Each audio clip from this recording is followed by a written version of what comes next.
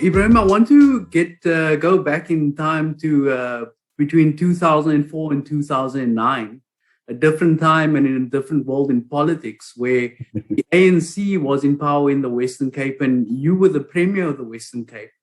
How did the ANC form an alliance or a coalition that held and won the Western Cape? It seems like lifetimes ago, but it really wasn't that long ago. So how did you do it? It's not that long ago, you're right. We refer to that period, I would say from 99 to 2008 as the golden era of the ANC in the Western Cape.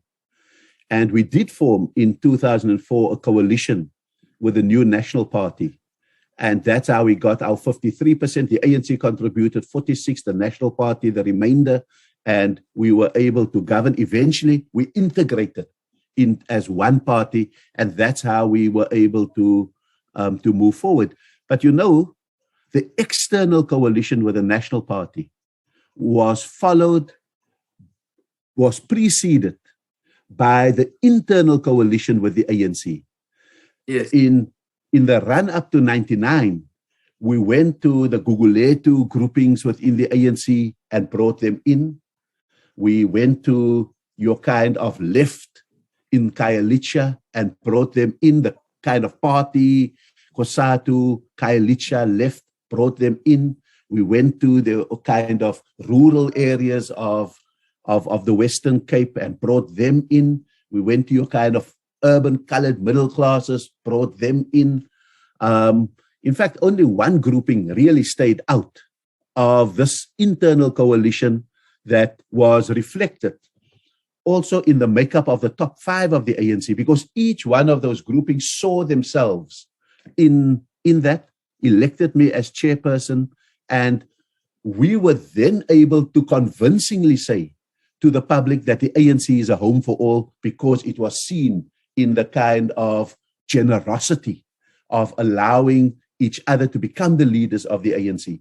And that builds trust. And when you have that kind of trust, you can go to an external coalition partner to say, yeah, you guys really deal with each other very well and generously. Maybe you will be fair to us. And so we were able to persuade the National Party in 2001 to leave the DA and that their future will be secured.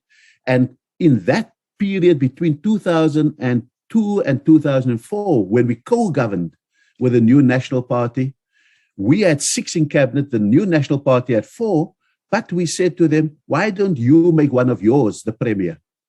And again, the communication was that we just want the best for the people. We are not power hungry. Ebrahim Rasool or whoever else in the ANC who wants to be premier can wait until there's a proper election, but let's build trust with the people, let's prioritize services. And that was the lead up to the 2004 election, where in that period, we were able to show that we were bringing in investment into the Western Cape, that we were building houses in the Western Cape. We were pushing up how many people had water and sanitation in the Western Cape.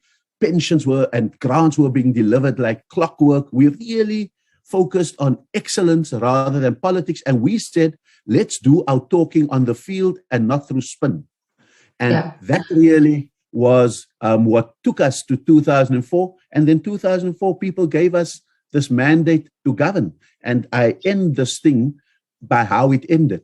There were some people in the ANC who thought that the victory was permanent, who thought that now that we were in government, we will never lose government, who tinkered with the internal coalition, who wanted to break up the internal ANC coalition into racial factions, and then, of course, we all know that after President Zuma became president, we in the Western Cape opposed him. We voted for Thabo Mbeki because we, soos hulle in die Kaap sê, ons het gesien hier kom 'n ding that will destroy the ANC, and we voted against him. Of course, then President Zuma demanded my resignation as premier, and those who succeeded me, who were loyal to him, the electorate punished us by bringing us down from our winning coalition of 53% down to 31% or so. And we've never recovered. Do you have any advice on how ANC can do better now in 2021? Look, I used up all my advice in the 2019 election when I led the election campaign in the Western Cape. Whatever worked for us before, we tried to incorporate it. Whatever was new, like social media, we tried to add it. Whatever were deficits, like building trust again in the post-Zuma years, we tried hard to get Ramaphosa, people to see Ramaphosa as the clean, effective leader that he is, I believe. That he is, yeah. I believe that too. But there were so many who were so invested in the kind of Zuma era. Whenever we brought Ramaphosa the one week, they brought Ace Makashule the next week. To undermine, really. Whenever we spoke about African colored solidarity, they said, but Africans are the worst off. And some colored leaders of the ANC also misread the cues. They believed that they should compete with the Gatvols to be more colored nationalists than even the Gatvols could be. And we said the ANC is at its best when it's in the middle, when it's non-racial, where it's fair to everybody. Don't exert yourself to compete with the extremes. And unfortunately, I also think, finally, that we were suicidal in that because the politics of the 10 years of corruption had not left even ANC leaders untainted. They had begun to get the taste of a good life. And as I discovered, everyone steals at their own level. The president gets captured at the national level, but comrade so-and-so takes the food money of the volunteers at the micro level. So true. The flip side of the coin is that the Democratic Alliance has taken power. What did they do right to take power in the province? The DA does very little right. I'm so happy you said that, though. I think the DA does very little right. The only thing they ever get right is to rely on the ANC to shoot itself in the foot. They are harvesting the mistrust level in the ANC at this point. I don't think people would want to vote for a party that mismanages the water, that could not see a drought coming and could not put in place the contingency plans. And we had predicted already in our time of government that the water of Cape Town will run out in 2012, and they did nothing about it. Secondly, no party will easily vote for, no people will vote easily for a party that mobilizes their basest racial fears. But this is what happens. You can see the potholes in your road in Manenberg. You can see how you're suffering, how your water is turned off, how your electricity tariffs are going up. But you vote for a party that says, listen, vote for us because we will defend you against the K's, the African people. And so that is really the level. I mean, no party will vote for someone that has not brought in significantly new investments. I mean, I can go back and say, when the period that we were in government as the ANC, we had a growth rate of 5.8% in GDP for the province. We brought in 14 billion rands new investments. The DA doesn't do any of that. So the unemployed people get mobilized by their race, by their fears, rather than by their hopes and aspirations. And that's how the DA stays in power. I live in a privileged area, and I can see the one week I see a pothole, the next week it's gone. In the midst of roads that were not functioning in my hometown of Manenberg, bicycle lanes were being constructed out here where I live now. And even under someone like Patricia de Lille, I mean, we saw these bicycle lanes and we copied Trevor Noah. We kept on saying, why, Patricia, why? But that is the mindset. That's the mindset. It's not the personality. It's the mindset into which you are bred when you join the DA. Yeah.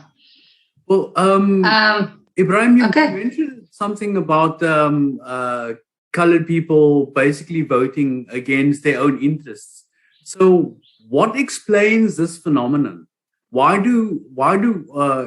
the interests of the majority of the people in the province, colored and black, or well, specifically colored people, are not held by the DA, then why does the DA capture their vote election after election? Look, it's not automatic that will be the case. 99 and 2004 proved that people can vote in ways which uplift themselves. But let me explain to you in 3 quick ways. One is theoretical. I think that sometimes we have a mechanical view of leftism or Marxism, and whatever the case may be, and we think, get the base right, deliver to people, give them pensions, and people will understand that. I think we need to have a bit of Gramscian blood in us to understand the role of ideology, to understand the role of culture, to understand the role of race that it plays, because that has explained why the British working class have returned Margaret Thatcher election after election during her time. It explains why the American working class voted for Trump. So that you must understand the role of ideology and the dog whistle of populism.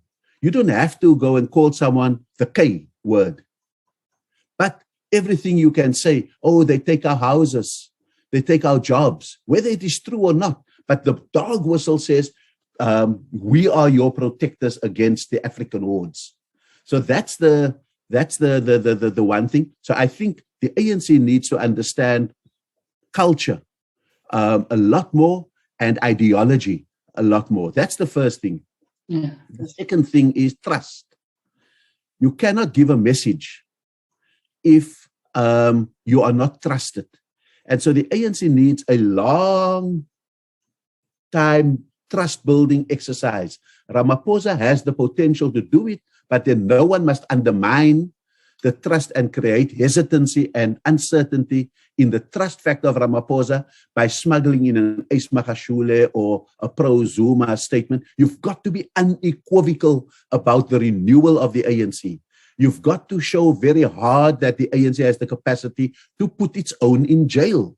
You've got to show very much that we are getting rid of any sentiment of capture and corruption in the ANC. So that's the second thing. And then thirdly, I think that we must get right our conversation with, in this case, the colored community, in other cases, the Indian community, in all cases, the white community. Our conversation must be completely different. You can't throw a color to catch a colored. But you also can't be colorblind.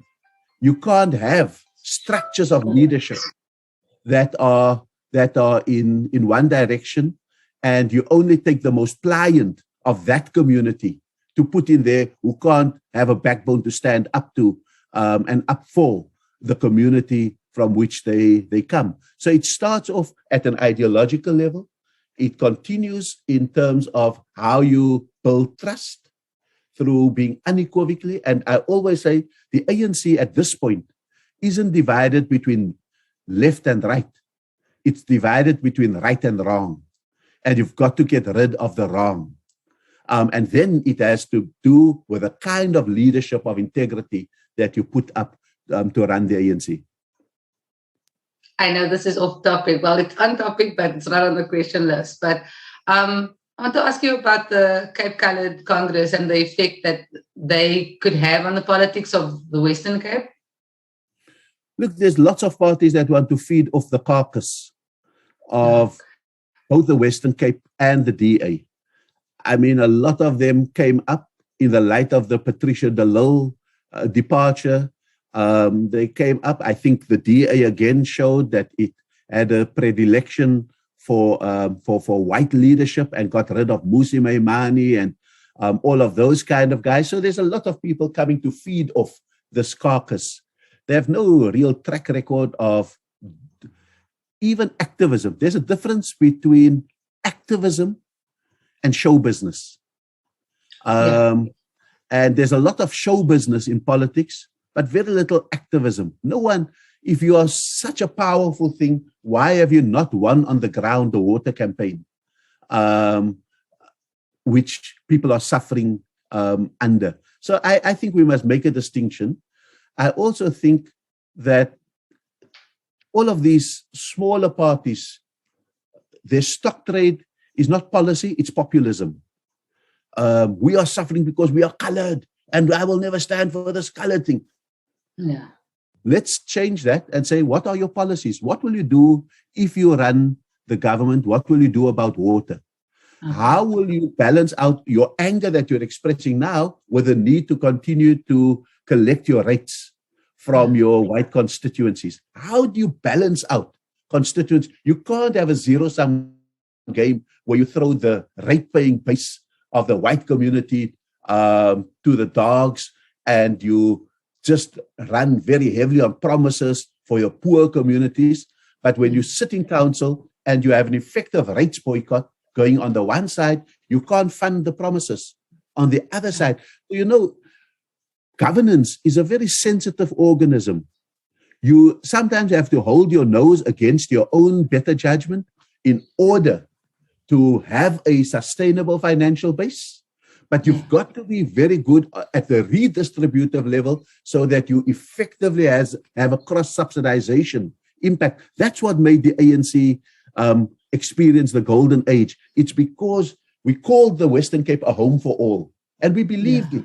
I went out to not only celebrate and commemorate the Bambata rebellion in order to affirm our Africans. I didn't only invest in the Malay choirs and the minstrels to celebrate the culture, but we also went out to do art festivals. The KKMK. I also spoke at the commemoration of the Battle of Blobergstrand. It was significant for some of our people. And at the center of that was the lesson I learned from the Greek dramatist Agathon, who said, not even God can change the past. It's how you manage the past, not erase the past. So, I mean, of course, this month is Women's Month, so we can't do anything without acknowledging the women in our lives and things like that. So I just wanted to know about, they say every successful man, there is a successful woman. And I just wanted to know about the women in your life and how they've brought you this far. Look, I think that we turn that adage about behind every successful man is a successful woman around, because the woman I'm with, Rashida Shabuddin, is right next to me.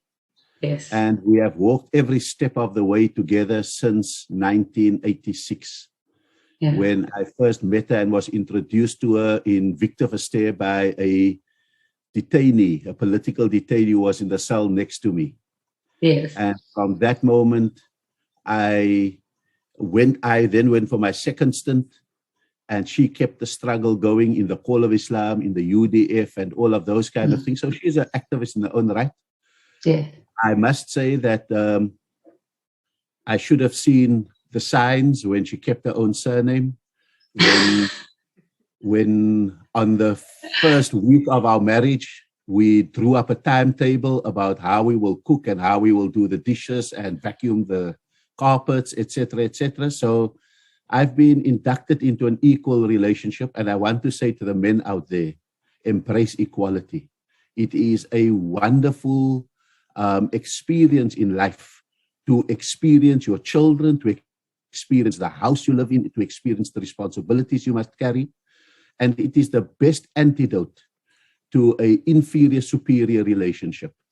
You don't feel ever, because you teach yourself to be as dependent on her as what men traditionally think women are dependent on them. Yes. And you see the worth, and you appreciate the work that is unpaid for many women. And so we've had our careers together. She was, amongst others, a commissioner for gender equality appointed by President Mbeki, and a great fighter. And to end in the USA, I would be invited to speak at this university or that function or whatever, and they'd always end the thing by saying, if the ambassador for any reason is not available, could Ms. Rashida Shabuddin please stand in for him? So that's really the woman I've married. It's more than a marriage, it's a life partnership. We work together in the World for All Foundation, and we've been in the struggle together, all this. Let me just tell you, there is nothing scary, but everything liberating about an equal relationship with a woman in your life. That is so refreshing to hear, because I literally am keeping my surname. I do almost all the same thing. We have so much in common. Me and my husband, he's cleaning food. Yeah, a fighter, supportive. It's good. She sounds like she pushed you to do so much things you weren't sure you wanted to do in your life. I think we pushed each other in more ways than one. Amazing. Now, Ibrahim, it's a big weekend for rugby, and I just want to get your thoughts as the chairperson of Western Province Rugby. I want to know from you, it's a little bit of a heart sore for Western Province to no longer be playing at Newlands and moving to Cape Town Stadium. So how will this move benefit Western Province Rugby and its fans? Yeah, Roscoe, the point is that I was one of the initiators of the Cape Town Stadium for World Cup 2010 when I was the premier in 2008. And so the intention was always that eventually rugby should be played there.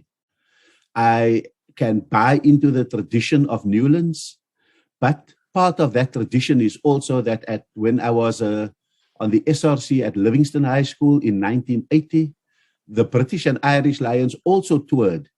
And when they played midweek match on a Wednesday at Newlands, I was part of the squad of political students who went to monitor which Livingstonians defied the SACOS boycott of apartheid rugby. And so my tradition of Western Province is not just watching rugby there, it's also making sure that people who ought to know better, who were oppressed, don't go there.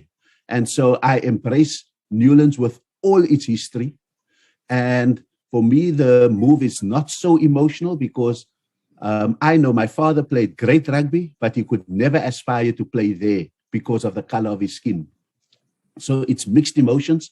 I think Cape Town Stadium is, for example, the most E-equipped stadium anywhere in the world. So it's going to be a great future for rugby to be E-enabled. It is bigger than Newlands. And so we won't only get one test. We would, if the crowds come back after COVID, we'll be able to get a lot more tests because this is where the tourists really want to come to. And I think that Cape Town Stadium offers you not only a rugby match, but it offers you a rugby day. The whole family can come. There is the Green Point Park where you can picnic and have concerts. There's the waterfront. There is the golf course that you can get a morning's golf. There's the promenade in which you can walk and then all come together for the rugby match at the Cape Town Stadium. So I think that there's a lot of new traditions we can make around Cape Town and make rugby a very, very exciting sport. In Cape Town, the kind of family sport, the kind of diverse sport, the kind of transformed sport that doesn't rely on the traditions of the old racial structures that dominated rugby. So, Ibrahim, what is the vision for rugby in 2023 and 2024? So, Vision 23-24 is the challenge we threw down to the players and the coaching staff. We said that we are in a rebuilding phase. It's the post-COVID phase, hopefully, that we will then embrace. It's the phase that we will be at Newlands Rugby. And we have set certain objectives. We've said that we would like to be, by 23-24, we'd like to be the Currie Cup champions. We want to be in the playoff of the international competition. We want to have 50 to 60% of the squad of the Springboks for World Cup 23 to come from Western Province. That's the kind of vision, and we want to build excellence in both the administration and the playing of rugby in the Western Cape, which basically means all the challenges we currently face must be behind us, and only a bright future must be ahead of us. And so to get to 23-24, we have begun to sign up our top players up till then. We've signed up our coaches up to then. so that there's continuity, and we are creating an enabling environment for the team to function. But most importantly, by 23-24, the grassroots must also be part of the revival of Western Province Rugby. There is no good in being an elite team that is excellent, but your grassroots is not producing the talent for excellence. And therefore, we need investors, equity investors in Western Province Rugby that can reinvest in the grassroots, kind of identify the talent of the pool of talent that is emerging in Western Province, contract them to us, and make our players the most sought after. We can't allow the Sharks over the Spirit to continue having us nurture the talent and they skim off with bigger checkbooks the talent. We can't allow the Bulls to be the geriatric ward of rugby, where they get the over 30s players just to be a 2 or 3 season wonder, and then they have to start poaching again from other unions. And so I think it's a very ambitious set of objectives that we have set ourselves. So in the remaining time left, I want to ask you about your role as a diplomat. And you were the ambassador to the States at a time when the Tea Party was taking hold. What were some of your observations from watching this nascent ultra-right to eventually Trumpism and the elevation of Donald Trump to the presidency? And what are the lessons that we can learn from this in South Africa? Look, I think what I saw in the USA was what I had already seen in South Africa. You see, the election of President Obama gave many Americans a very kind of hurtful, even dissident sense that this black man won. And it was clear that they were going to hold him to a different standard and they were not going to give him a chance. Every former president like Bush was always President Bush. When they spoke about Obama, they often said Obama. So you could see, the key thing out of that is, just like when Nelson Mandela became president of South Africa, the privileged communities had a sense that we were now in a post-racial South Africa. Race doesn't matter anymore, so don't speak about race anymore. Don't speak about corrective action anymore. Don't speak about advancing the oppressed any longer. In America, Obama's ascendancy to the White House had exactly the same kind of reaction. They now thought that the post-racial America had at last arrived, so no one must talk nonsense about race. If Trayvon Martin gets killed, it's because Trayvon Martin was just a bad dude. So that how the conversation changed. Underlying all of that was the kind of everyday resentment against the Obamas, because they carried themselves so gracefully. People couldn't find that this was a bad person. He didn't say a word out of place. But I also think Obama made a little bit of an error in thinking that those who voted against him will eventually like him if he is nice. I listened to him the night when he spoke on the Trayvon Martin killing. And he started off his speech, if I had a son, he would be like Trayvon Martin. And I said, Mr. Obama, just in my own mind, it is not about you. Your people want to know that you have the guts to stand up to them and make this a defining moment. And we all know that since Trayvon Martin, you've had Michael Brown, you've Freddie Gray, right up to the things that we are having now, because I think he missed an opportunity in those first 2 years to put his stamp on the USA. 2 years later, he lost his majority in Congress and later the Senate, and he effectively had to operate by executive orders more than by the decree of Watson. And all of that created the foundation for the populism that eventually emerged in 2016. Trump was just the instrument of that populism. He was the up yours to the Obama years. He was the reaction to all of that. And he was the kind of rude person that you needed to say to everyone, "F you." And that really is where it came up. I was asked as I left Georgetown University about what I thought of Trump. And I said, I remember in that interview with Mehdi Hassan, I said that America was asleep and Trump was the alarm clock. And I think that basically the kind of Black Lives Matter reaction has been part of that. It reawakened the kind of American left beyond the center right and the far right, because that was the center right was the American left. Yeah. I think it established something left of the center line with the terrible trio beginning, the Bernie Sanders, the Elizabeth Warrens, beginning to articulate not entirely, but far more of a social justice call. The problem is that on their own, those kind of candidates can't win because America needs someone in the middle until its two-party system is broken. And so Biden was the compromise candidate. I think we always knew what the limitations would be of a Biden, that he cannot speak that left, he cannot implement that left that is needed in the USA, but at the very least, he's not a Donald Trump.